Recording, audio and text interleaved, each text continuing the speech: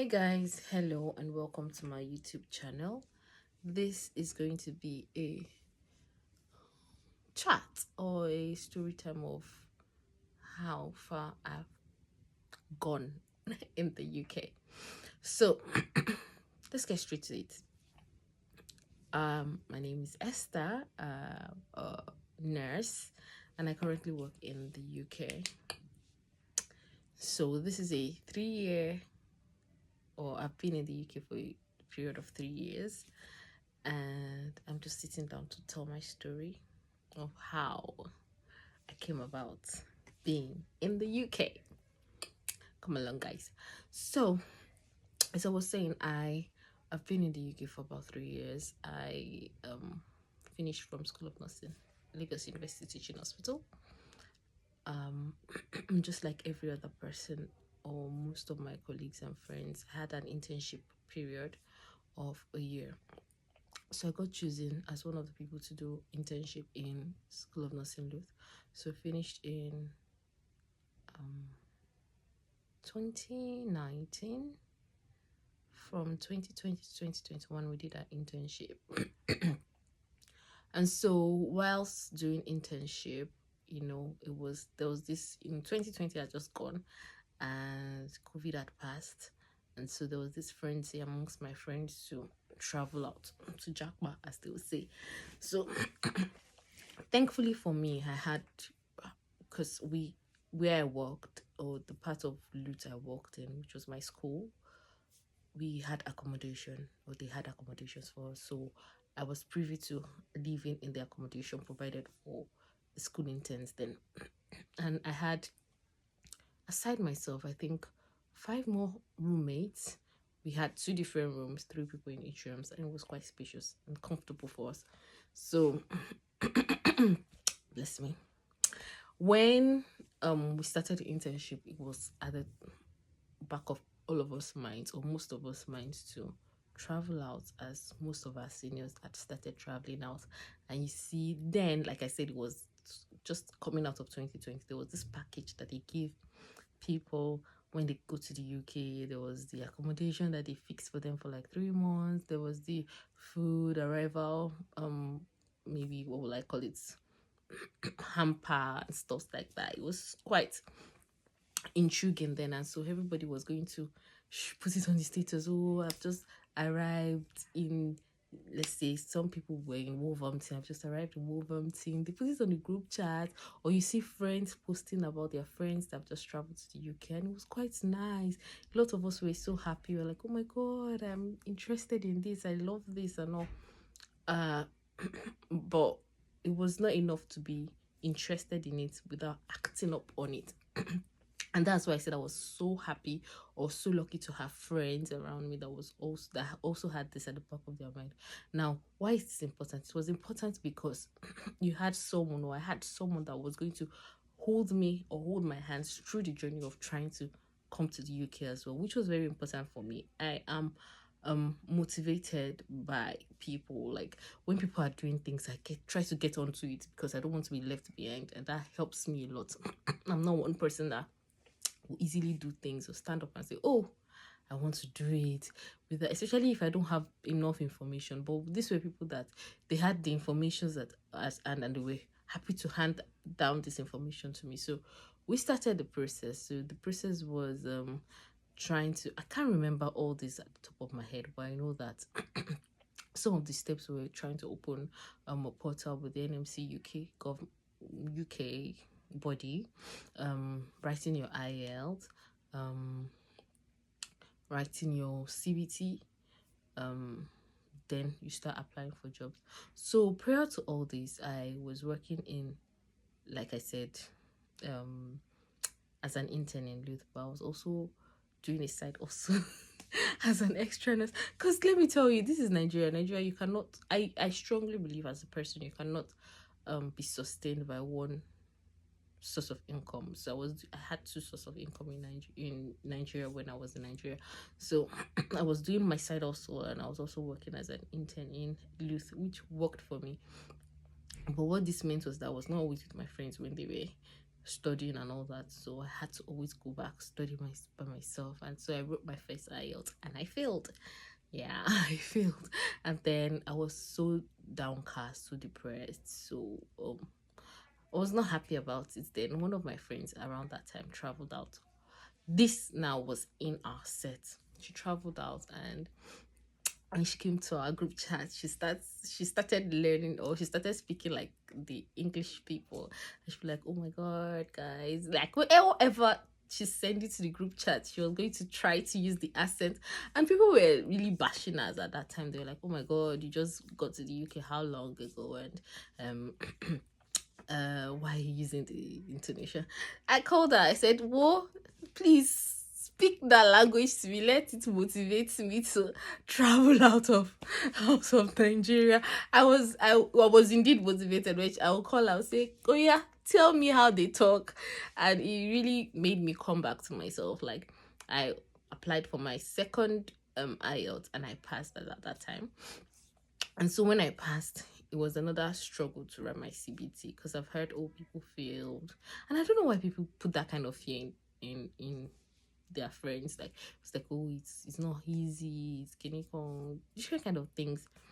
So I scheduled for it because I'm like I said, I have to be really motivated to do things. So I scheduled for it to write it, and as the day drew near, I started having cold feet, and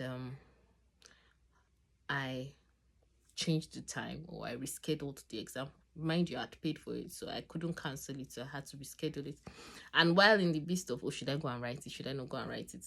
One of my closest friends in that we're doing an internship got a job in the UK. I'm like, oh my god, this girl is going to leave me, blah blah blah. So I started feeling like, oh my god, I have to do this. So I went ahead and I wrote it. And when I wrote it, I passed. Hooray! So I wrote it and I passed, and that was the beginning when I started looking for a job in the UK. So when I passed the exam, this was towards the end of our internship in Luz. That was when I passed my CBT exam, and at this point, I had applied for another job because we're finishing our internship and I needed another source of income. So I applied for another job at a health management organization, and also started applying to jobs. Oh my god! So applying for job was tedious. I was like, I was one of those girls that like, I'm gonna pass. I've passed my exams. So what else? What else is left? I just have to apply to some jobs, and that will be it. It's over. I'm going to get the job within the next 3 months. I started budgeting. I started calculating. I said, oh, by this time, next year I'm going to be in the UK. I planned I was going to do my birthday in the UK. I really planned a lot of things. I'm like, oh my god, but I was happy that I was going to, like, within 2 months I was going to get a job.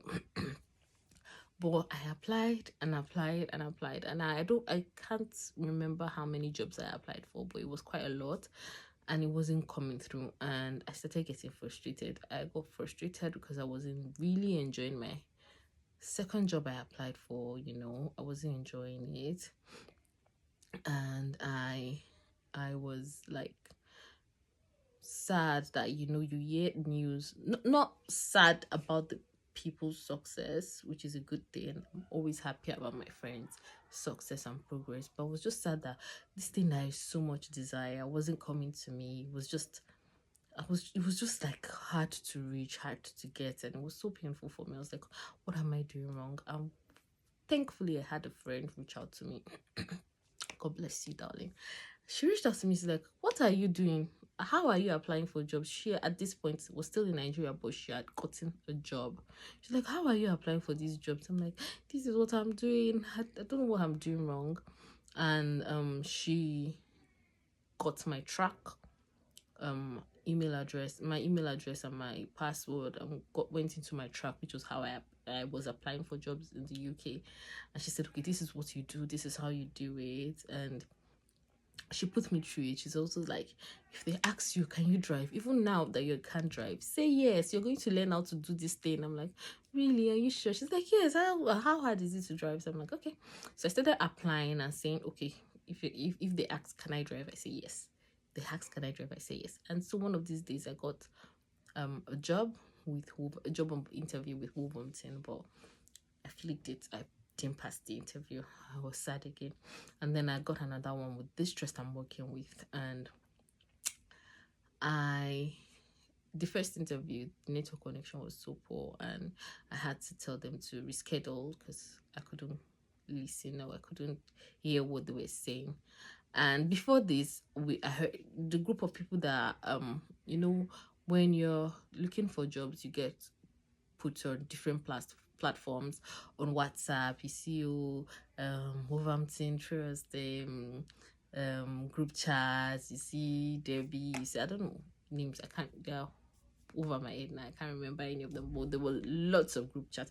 And so I was in this my trust group chat too, so I met people there, and they also applied, they also had gotten the job interview. So there was a place where we were communicating, asking ourselves questions, how to answer questions and all.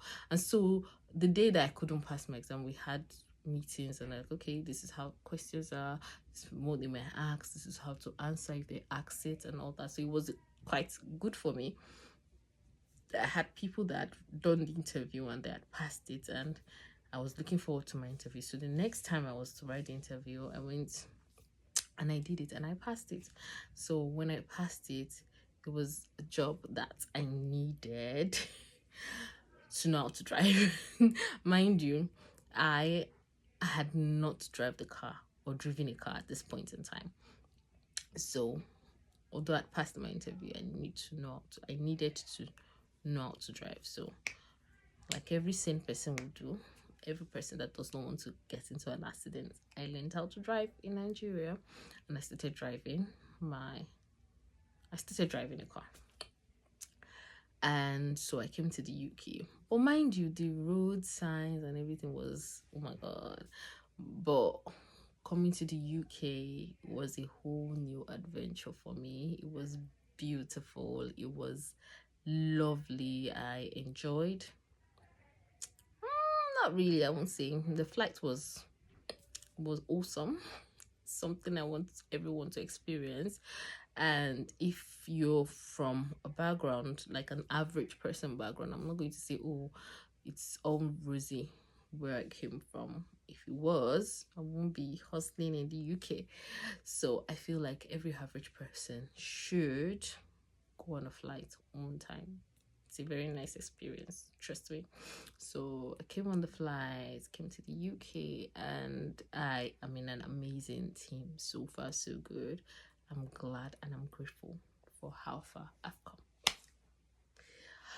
I will give you another story time of how I was incorporated or how I've blended well with my team members in the UK. Watch out for the video.